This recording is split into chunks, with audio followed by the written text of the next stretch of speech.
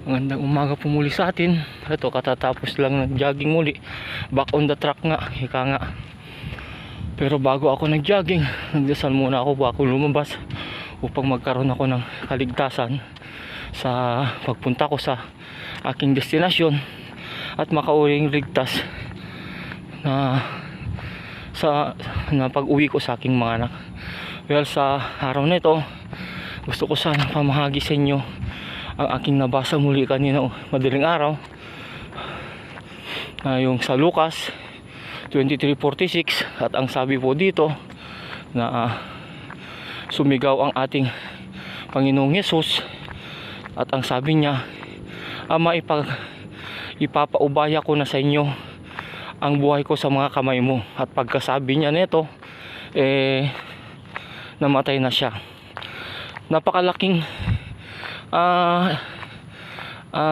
halimbawa po ng ating Panginoong Kristo Jesus sa nasabing teksto na yun, kasi doon tayo natuto, kasi alam ng ating Panginoong Kristo Jesus kung ano ang kakayanan ng ating Amang Diyos na nasa langit, kaya ipinaubaya niya yung buhay niya.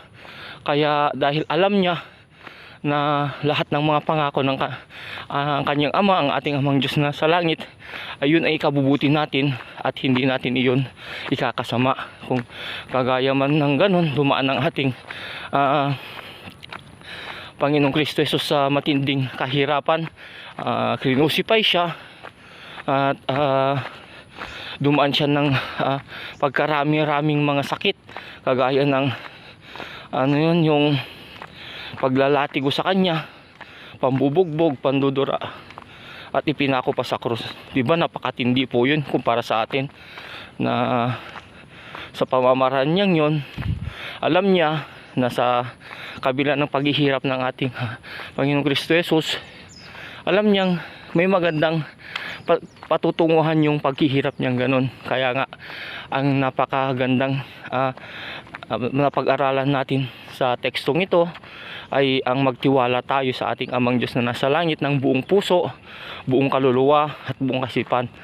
Kasi po, pag nagtiwala tayo sa Kanya, kahit gaano man kahirap yung pinagdaraanan natin ngayon, na sa kagipitan, sa karamdaman, sa pagpapahirap sa atin, sa mga taong ayaw sa atin, kagaya yung mga taong dumaranas ng sakit at kirot sa kanilang puso't isipan, mawawala po lahat yon basta't ipaubayan natin sa Diyos lahat.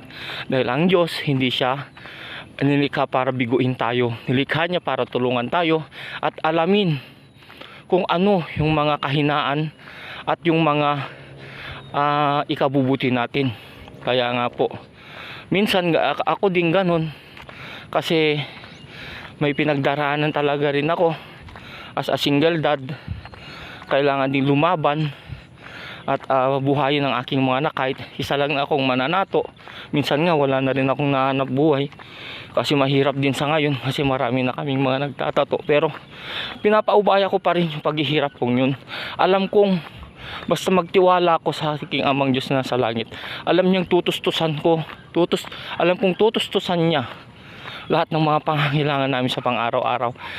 Kung wala mang darating, may pamamaraan siya na hindi natin namamalayan. Kaya ang buong puso natin, masasabi ko lang, magtiwala tayo sa ating Amang Diyos na sa langit, dahil siya lang ang nakakaalam kung anong ikabubuti natin, kung